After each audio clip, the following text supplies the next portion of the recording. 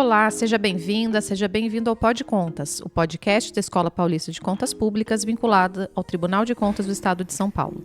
Eu sou Bibiana Camargo, diretora da escola, e acompanhada do meu amigo Leandro Dalólio, coordenador do Observatório do Futuro, tenho o prazer de receber outro querido amigo aqui no Tribunal de Contas, o Leonardo Cristiano, atualmente diretor de coordenação estratégica.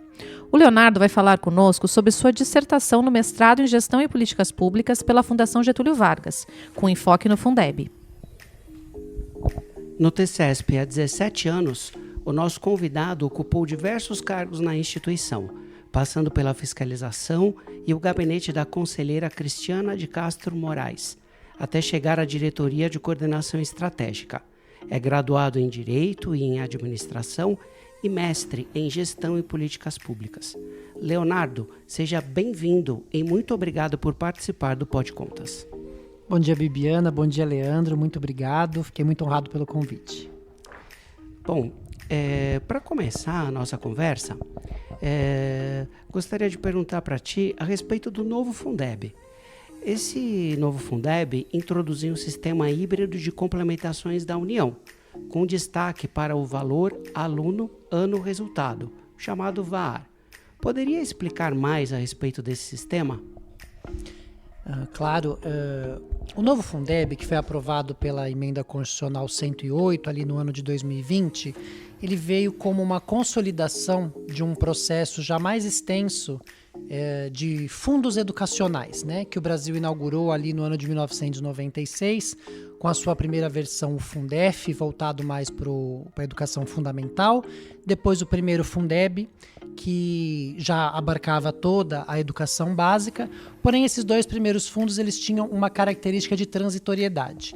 E o novo Fundeb veio, de fato, dar esse caráter de perenidade a esse sistema de financiamento, e ele trouxe essa nova versão para as complementações da União, né? Quando a gente pensa em fundos educacionais aqui no Brasil, a gente tem que ter em conta o quê? Que esses fundos eles tinham como objetivo, num primeiro momento, fazer uma redistribuição de recursos, de forma que aqueles entes efetivos, seja a União, seja os estados, sejam os municípios, seja quem executa a política pública, é que de fato receberia o recurso, né? Então nós fazíamos, o fundo trabalhava de que forma? Em todos eles houve essa ideia inerente. Nós reuníamos recursos tanto do Estado quanto dos seus municípios, fazíamos um grande bolo e nós fazíamos a repartição desses recursos baseado no número de alunos. Então eu entregava a verba de fato para quem estava fazendo a execução da política pública. Esse era o primeiro norte, o primeiro sentido desses fundos educacionais. O segundo objetivo de você ter um fundo educacional era que a União ela entraria com uma participação. A ideia era que nenhum fundo, ou seja, nenhum aluno no Brasil recebesse recursos abaixo de um mínimo definido no país todo. Então o que se queria com isso era fazer uma equalização das capacidades de financiamento educacional em todos os entes da federação, abaixo do qual um piso teria que ser respeitado, né? Abaixo desse piso não seria possível o financiamento por aluno. E o novo Fundeb, então, ele vem com essa novidade de que a complementação da União, que originalmente era de uma única categoria, diretamente em nível de fundo, ela agora é em 3 diferentes vertentes, 3 diferentes possibilidades de atuação que a União é contemplada, né? O primeiro aporte, ele continua sendo em nível de fundo. Então, aquele já tradicional aporte que ocorria para complementar os recursos naqueles estados em que o valor anual por aluno ficava abaixo do piso nacional, foi mantido, né? Esse aporte de recursos, que antes era chamado de aporte da União, foi chamado agora de valor aluno ano Fundeb. E ele continua sendo respeitado nessa lógica de fundo estadual.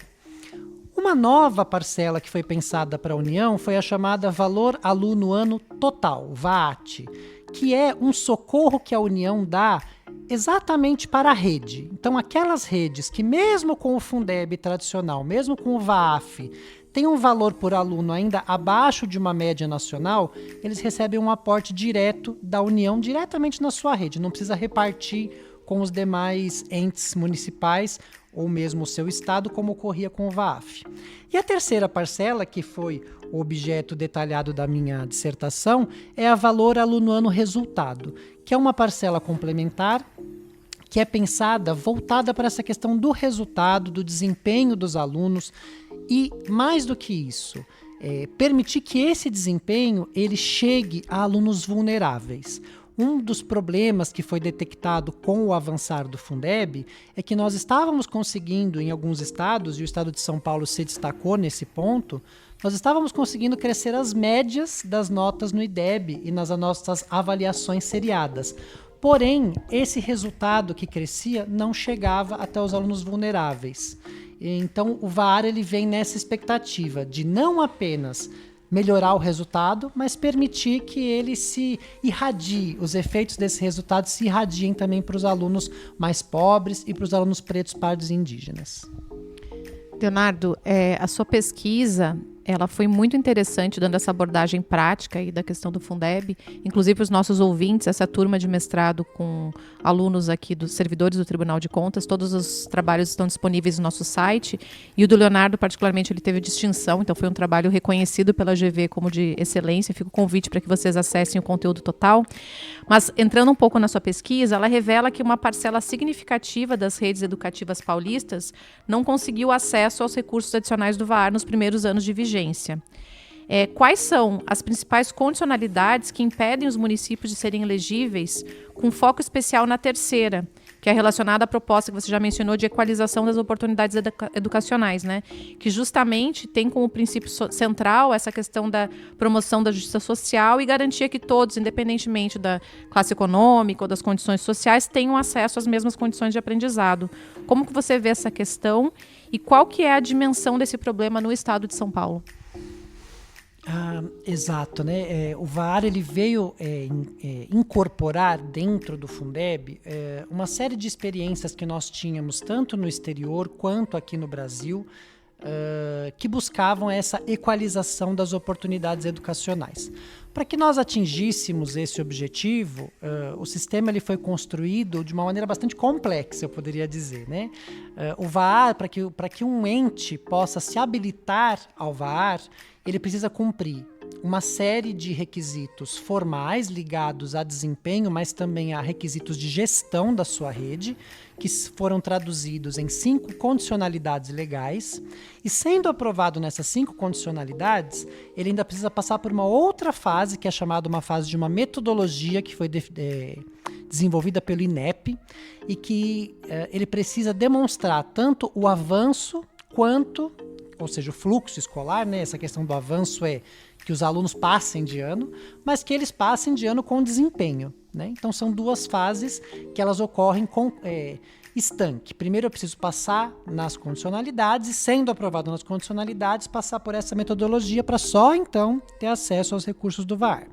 Mas nos concentrando exatamente nas condicionalidades. Como eu falei, elas estão relacionadas a questões tanto de gestão da rede, e aí nós temos, por exemplo, das 5 condicionalidades seriam: primeiro, eu tenho que provar que os meus diretores eles são escolhidos para a rede através de critérios objetivos de desempenho. Então é preciso que esses diretores eles sejam submetidos a algum tipo de seleção, comprovem que têm as capacidades técnicas para assumir um cargo de gestão escolar. O segundo requisito é que pelo menos 80% dos alunos da rede participem de fato do SAEB, que é a prova anual que o MEC aplica para saber o desempenho dos alunos, né? Esse requisito dos 80% ele esteve suspenso nos 2 primeiros anos de avaliação do VAAR, por conta ainda dos reflexos da pandemia. Havia algumas redes que ainda não haviam reincorporado a totalidade de seus alunos nas salas de aula, então ela ficou suspensa, mas ela tem o objetivo de que as redes não façam seleção de alunos. O que significa isso?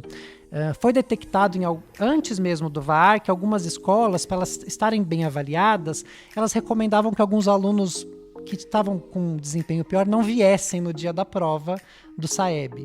Então, para evitar esse tipo de seleção de alunos, é preciso que pelo menos 80% deles esteja presente no dia da prova, senão a escola, a rede não pode se habilitar ao VAAR. A 4ª condicionalidade, depois eu retomo a terceira, que foi o objetivo da pesquisa, é comprovar que o Estado editou a lei de repasses do ICMS educacional, os critérios para repasse do ICMS educacional e o regime de colaboração do Estado com seus municípios. E a quinta condicionalidade é provar que a base curricular, a base pedagógica de ensino do município está alinhado com a base nacional comum curricular. Então, são esses 5 requisitos que ele precisa atender. Faltou um, que é o terceiro o objetivo da minha pesquisa, que é: eu preciso comprovar que 2 grupos específicos de alunos vulneráveis, eles melhoraram o seu desempenho nas provas seriadas. Então, de um lado, nós temos o grupo de alunos pretos, pardos e indígenas, eles precisam ter uma melhora de resultado, e, do outro lado, os alunos com baixo nível socioeconômico. Dentro dessa perspectiva, dentro desse espírito de fazer com que a educação chegue mesmo aos grupos vulneráveis. E é nesta condicionalidade, essa terceira condicionalidade de fazer com que os alunos mais vulneráveis aprimorem o seu desempenho, que está o grande gargalo aqui das redes paulistas, né? Nós temos hoje, verificando as condicionalidades, o trabalho se dedicou a verificar de uma maneira mais ampla, mais overview, assim, um perfil total de condicionalidades. Nós ainda temos um problema com a questão da eleição dos diretores, ainda várias redes não estabeleceram em lei os critérios para selecionar os seus diretores, mas hoje o principal gargalo está nessa terceira condicionalidade, quer dizer, como é que eu traduzo um ganho de resultados de forma que ele alcance esses alunos vulneráveis também, né? Um dado que me surpreendeu durante a pesquisa é que mais de 70% das redes municipais de São Paulo, elas já estão num padrão que poderia ser considerado o padrão OCDE, quando nós analisamos as notas do 5º ano, que seria os anos iniciais do ensino fundamental. Eles já estão com nota 6 ou mais. Foi um dado que, inclusive, me surpreendeu, né? Antes de pesquisar, eu achava que a educação paulista tinha até mais dificuldades, mas nos anos iniciais, mais de 70% das redes já tem nota acima de 6, que seria, como eu falei, esse padrão de países ricos, né? Então, qual que era o desafio? Se a média está alta, mas por que tantos alunos não aprendem? E o VAR vem nesse sentido, de fato, de permitir que também os alunos menos favorecidos da sociedade também aprendam. Agora, continuando ainda falando sobre o objeto da sua pesquisa, o enfoque da terceira condicionalidade da complementação VAR, pode esclarecer para a gente quais são as características quantitativas e qualitativas mais proeminentes que diferenciam os municípios paulistas que conseguiram se habilitar nessa terceira condicionalidade? Você poderia detalhar o impacto de aspectos como a distorção idade-série, acesso à pré-escola para alunos pretos e pardos e a estabilidade do corpo docente em sua resposta? Claro, isso vai muito na direção da metodologia de pesquisa que foi estabelecida, né? Essa pesquisa ela foi estruturada na forma de um estudo de caso que contemplou 16 redes paulistas, todas elas municipais, e sempre foi feito um par de um município que foi aprovado nas condicionalidades, né? Foram aprovados nas condicionalidades, com um município que havia sido reprovado na terceira condicionalidade. Então sempre foi feito um parzinho, foram 8 pares de municípios analisados, sempre nessa dinâmica, né? Eles foram aproximados através de características socioeconômicas e educacionais de semelhança, né? Então eu peguei uma série de indicadores para poder aproximar municípios com realidades semelhantes de fato, né? Não adianta querer comparar municípios que estão em pontos de desenvolvimento da educação, notas, capacidades de financiamento muito diferentes. Então era necessário fazer uma aproximação, eu utilizei alguns indicadores socioeconômicos e educacionais para fazer essa aproximação, e a partir disso eu defini na metodologia de pesquisa, então fazer esse estudo de caso com base em indicadores quantitativos e qualitativos, para perceber quais seriam essas características especiais, né? Os indicadores quantitativos, eles foram organizados em torno de 5 eixos fundamentais, 5 temas específicos, que seriam a questão do acesso à primeira fase, que seria o ensino infantil, creche e pré-escola, questão de fluxo escolar, que foi analisada a partir da distorção idade-série, indicadores de desempenho, a questão do corpo docente, especialmente porque a literatura considera literatura educacional tem que o professor, ele é o principal insumo que faz a educação acontecer.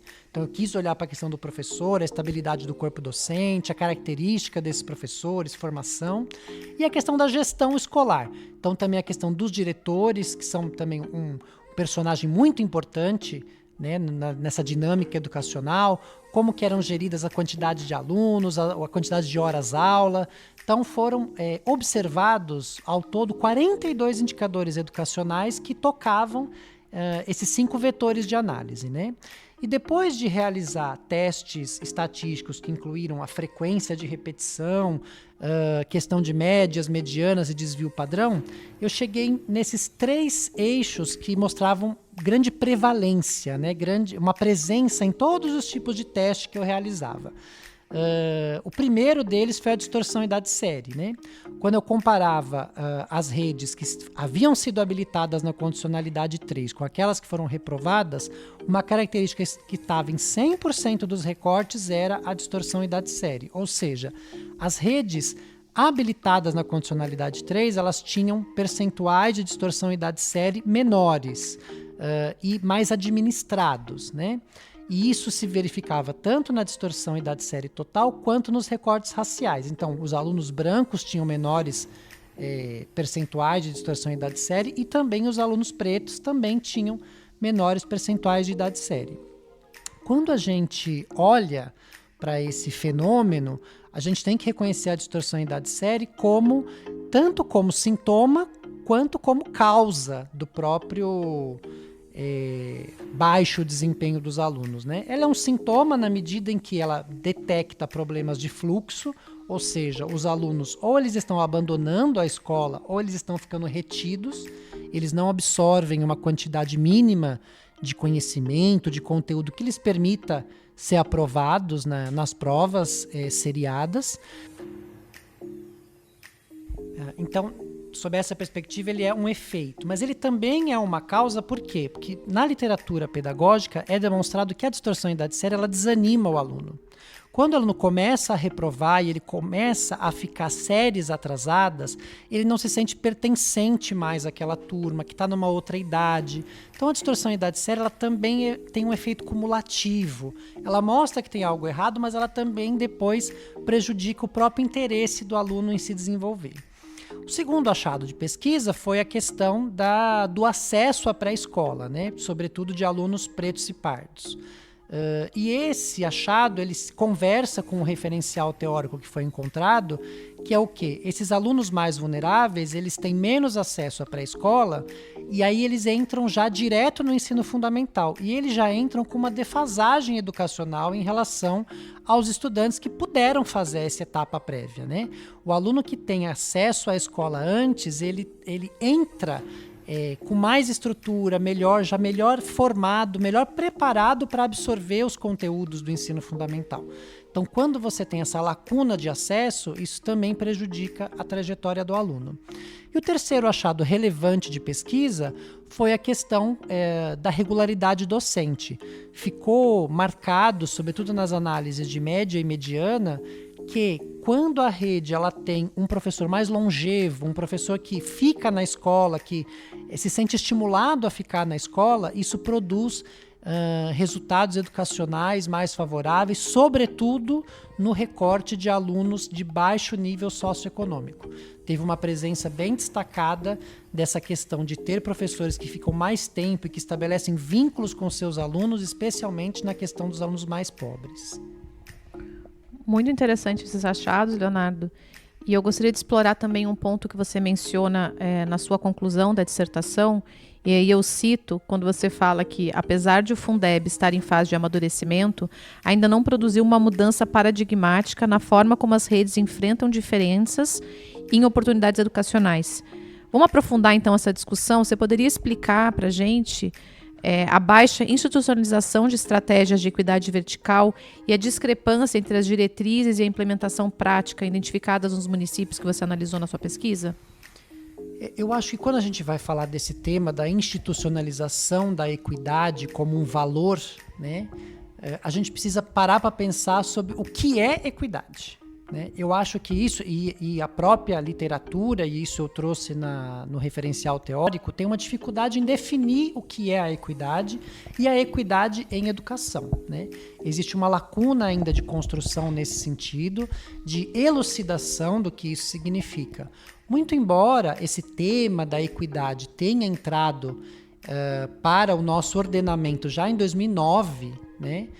Em 2009 foi a primeira mudança constitucional que incluiu esse tema da equidade como um princípio norteador do financiamento. O que se percebe é que as redes ainda não têm muita clareza do que é essa equidade, né? Até existe uma certa confusão com o que seria talvez uma igualdade. Para a gente, então, entender essa institucionalização da equidade, nós precisaríamos pensar nessa questão do que é teoricamente a equidade. E a equidade seria você dar um atendimento diferenciado para alunos que têm diferentes necessidades, diferentes vulnerabilidades. Então é você reconhecer que um aluno que chega na sala de aula com fome, porque ele não tem condição de tomar café da manhã em casa, ele não vai ter o mesmo desempenho, porque ele está com o estômago roncando. Parece básico, mas é real. Né? Nós temos situações de vulnerabilidade no nosso país que são muito graves, né? E eles de fato afetam a forma como os alunos chegam na sala de aula e como eles podem se relacionar com o ensino. Então, quando eu falo que as redes não institucionalizaram de fato os princípios da equidade, eu falo isso baseado sobretudo na pesquisa qualitativa, né? Quando nós observamos os documentos e políticas públicas que os municípios estabelecem, que eles traçam, mesmo as mais recentes, pós-novo Fundeb, a gente vê que não há muita compreensão do que é essa equidade, né? A partir do momento que a gente garante uma política universal para todo mundo, eu não estou falando em equidade, eu estou falando, né, como o próprio termo diz, em um universalismo. E tem algumas situações específicas que precisam ser estudadas pela rede, na qual eu não posso tratar de maneira universal. Naquele específico problema, naquela específica vulnerabilidade, eu preciso identificar quem são os vulneráveis, quais são as vulnerabilidades e, de fato, enfrentá-las de maneira diferenciada. E isso é o que eu não encontrei na pesquisa qualitativa, né? Olhando os documentos, e aí nós olhamos para planos plurianuais, planos municipais de educação, atas de conselho municipais de educação, olhei para o plano municipal da primeira infância, que muitos municípios ainda não editaram. Então, olhando para esse conjunto de documentos, a gente vê que esse conceito da equidade, essa percepção de que tem alguns alunos que eles precisam de uma atenção e de um suporte especial, eles ainda não foram interiorizados nessas documentações e não foram traduzidos na forma de política pública. E acredito que seria o momento, não pelo VAR, mas por a gente perceber que é uma questão de justiça garantir que todos os alunos aprendam, que nós precisamos ter um olhar para esses vulneráveis e garantir que eles tenham a mesma oportunidade de aprender, como da mesma forma que os alunos não vulneráveis, né? Acho que é importante a gente ter esse olhar de que nós precisamos partir, como disse a minha orientadora, a Lara Simielli, a gente precisa partir de um ponto de partida justo, né? Precisamos iniciar a corrida a partir de um ponto de partida justo.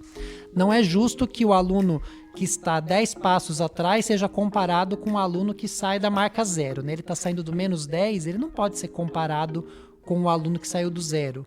A gente precisa, então, que esse aluno que está no menos 10 tenha a oportunidade de estar igualmente no zero, e aí sim eu posso falar que a partir do seu esforço ele vai chegar no ponto que ele se dedicar a estudar e a investir as suas energias.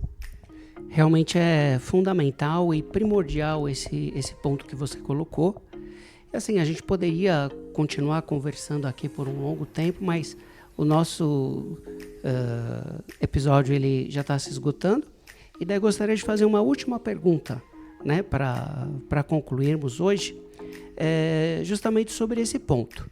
Considerando os desafios enfrentados por muitos municípios na capacidade de gestão, no uso de dados para planejamento de políticas públicas, como que você vê o papel dos tribunais de contas, como o Tribunal de Contas do Estado de São Paulo, nesse apoio aos gestores, para que eles possam tomar decisões baseadas em evidências e assim aprimorar suas políticas educacionais, especialmente no que tange aos indicadores de equidade e acesso ao Fundeb-VAR.